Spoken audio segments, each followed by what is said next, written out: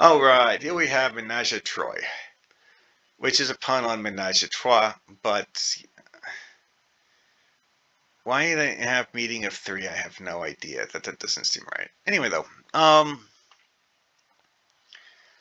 this is a notable episode because of the fact that we get to see the surface of Betazoid in several scenes in spectacular detail. Part of this is a matte painting, part of it's not. Hard to tell the difference, but you have to look closely. Anyway, though, genuinely not sure how they composited this. I mean, probably involved a green screen in somehow manner, but you can't actually hang green screens as curtains for stuff like this. Anyways, it's an interesting episode because of the fact that it looks at Betazoid culture and, to a certain extent, Ferengi culture and contrasts the two with each other. And the key aspect of this is the Biennial Trade Agreements Conference. And this year they have Ferengi. And the Ferengi, namely Daimon Tog, gets a little interesting and decides to kidnap several of the people. Why?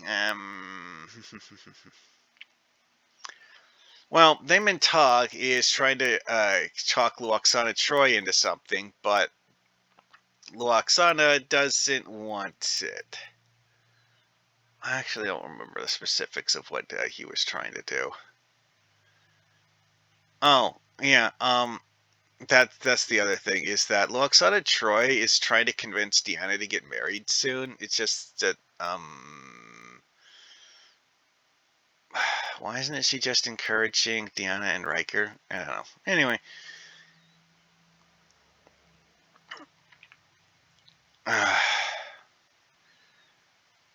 Anyways,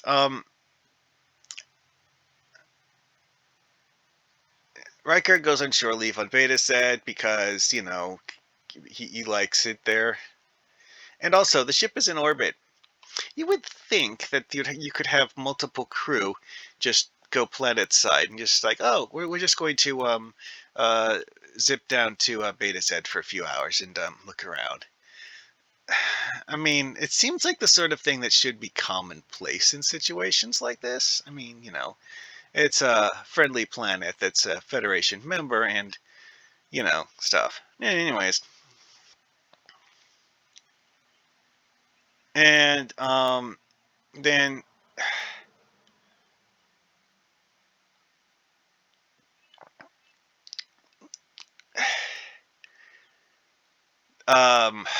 Daimon Tog goes and kidnaps them. It's because, well, oh, right. He wants Luoxana to read the minds of people when he's doing trade negotiations in order to allow him to have an unfair advantage in trade negotiations. This is something that came up in such certain other episodes involving telepathic characters in TNG. There actually was a guy who, in a previous episode, who had been acting as a negotiator, and that was his trick, is that he looked human. So people, treated him like a human, but he was part Betazoid and actually did have Betazoid abilities. So he could sense what people felt about the trade deal they were offered, and thus have an unfair advantage when negotiating. This seems like the sort of thing that in a Star Trek setting would be a minor advantage and not a particularly major one, but it's presented as being a major plot point for this episode, and that Tog is actually willing to kidnap Luoxana Troi in order to get her to do that for him. It's just, why? Seems like a terrible plan. Anyways, So Picard and his crew have to convince Daimon Tog to give her back, which ended up being kind of interesting because of the fact that Deanna and Riker didn't exactly like being abducted by Ferengi. And of course, Daimon Tog really only cares about Luoxan and Troi anyways, so he doesn't really pay a whole lot of attention to them. Anyway, though, what would you have players do with this? I mean, you could have certain members of your party get captured because, two crew members get captured when Daimon Tog does this, along with Luoxana Troi, and Luoxana is definitely would be an NPC. I'm not sure if it would be a GM insert character or just a quest NPC, but somewhere along those lines. Daimon Tog, he's the bad guy, so he's also a bad guy that no one shoots at. Yeah, this is one of those diplomatic negotiation episodes where they're like bad Ferengi, and then the Ferengi goes home and regrets his poor life choices.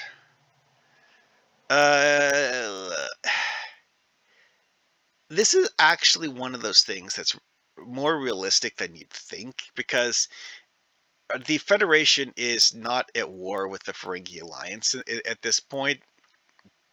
So you don't want to shoot at Ferengi ships unless you need to. And if they don't need to, well then. That is actually something that comes up in multiple TNG episodes, is having tense, dramatic standoffs because of the fact that they don't want to engage in a firefight. And it comes up in multiple episodes. And it's something that, for the purposes of a TTRPG, is a major choice. Would you, if you were in Picard's place, fire on the Kraken, trying to force Daimon Tog to return Luoxana Troi? However, if you do so, then, maybe the Kraken is just going to GTFO, and good luck catching them.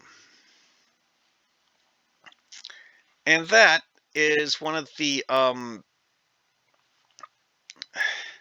more interesting I guess you could say, choices for the players in your story to make. What would they do about the Kraken? What would they try to accomplish while confronted with this problem? Would they murder hobo it? Would they end up accidentally killing Luoxana Troi? I don't know. But that's why it's a TTRPG. You got to make choices. And it's not just a story where you just listen and as it plays out.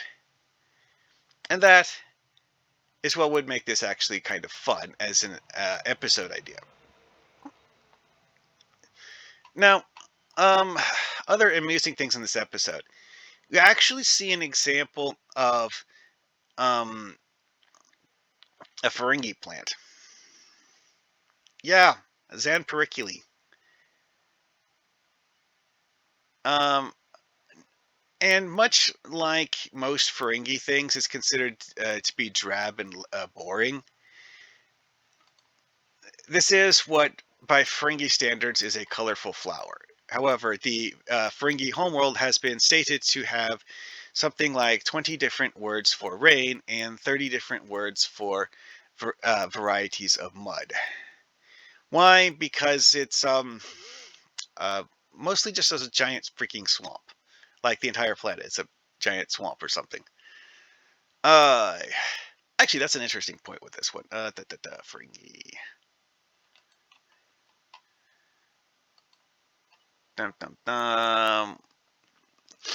Because that was actually one of the things about this that got interesting, is that we actually see Ferengi stuff that's not just, here we are.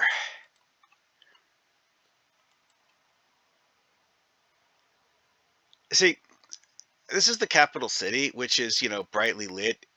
and you look at it and you're like, yes, it's brightly lit. However, there's no sunlight. Animated version. Again, brightly lit, still covered in clouds and rain. This is a neat touch, though. It's like you have enclosed walkways so people get from building to building without actually going outside in the rain. I could definitely see people doing that in real life. Boy. Anyway, though, yeah, Frigadar is a dreadful, boring place, and that flower is one of the things on Frigadar that counts. This is what is a pretty flower by Ferengi standards. Why on earth Paul Stamets was messing with one, I have no freaking clue, but that seems like a stupid option. Like, seriously. Why would you mix tardigrade DNA with a Ferengi flower? Anyway, though. So the basic gist of this is that the crew goes to a planet as part of a diplomatic conference. The diplomatic conference goes strangely when one of the diplomats on the other side, namely the Ferengi, decide to do something nefarious. However, it's not, overtly hostile, so it doesn't immediately develop into a shooting arrangement. And instead, you have really, really annoying negotiations, let's put it that way, to do in order to get the Ferengi to stop being jerks. Now, that is something kind of interesting. Oh, also, this is one of the Wesley Crusher episodes. Yeah, this is the one where they finally get rid of Wesley by leaving him at Starfleet Academy. Bye! Unfortunately, he comes back. Anyway, though, one thing that's interesting here, though, is that Riker plays three-dimensional chess with the Ferengi, because for some reason, the Ferengi decided they wanted to play that game. Yeah, I don't get it, but they do. Is it weird? More than a little, but it's what they do. That is actually an interesting point, though, is that Riker doing various things while he's a prisoner is, sort of thing you would have as player choices, because are you going to talk to the Ferengi and attempt to scan the Ferengi, or attempt to con the Ferengi into letting their guard down, or are you going to attempt to beat them senseless? And that is something that is an interesting choice, because like I said earlier about, like, if you're Picard, would you shoot at the Ferengi ship, maybe attempt to disable its engines or something, or would you accidentally blow it up? I mean, it's a possibility. Oh yeah, the Zan Periculi actually came from Lapa 4. Whatever. Anyway, yeah, Ferengi have that in that territory. Anyway, so aside from that, there's really not a huge amount of this episode, because this is one of those episodes where the majority of the episode is about characters making choices, and this is one of the episodes where they really, really, really get into the weeds with negotiations. Because like I said, is that they have the Ferengi doing Ferengi things for Ferengi reasons, but they don't just shoot the Ferengi and make them stop doing Ferengi things. They have to talk them into realizing that their Ferengi ideas are not going to get them what they want. Anyway, though. Oh, yeah, also, Picard does actually threaten to destroy the Creighton. He doesn't actually shoot at it. He just threatens to do so. So, it's kind of sort of He doesn't even fire a warning shot. He just threatens to blow the ship up. Yeah, would your players do that? See, I wouldn't actually have like a specific endpoint where either you do this or you fail. No, no, no. There would definitely be more than one way to get things done right. And that's one thing with doing stuff like this with players is that you will end up having players do weird stuff that you didn't think of. Like, oh, hmm. Attempting to seduce the Ferengi. Yeah, that's a possibility. Most players wouldn't do that. Most players wouldn't do that. There is definitely someone who would. Anyway, uh, this is one I had to think about for a while because of the fact that it's just that um, drama intensive, but in a very um, negotiation heavy way. It's like players doing things with NPCs, and it's the sort of thing where I would definitely have like players rolling skill checks for conversation options a lot because that's kind of sort of what you're doing with this one. Anyways, that's just my thoughts on this. Let me know in the comments what you think.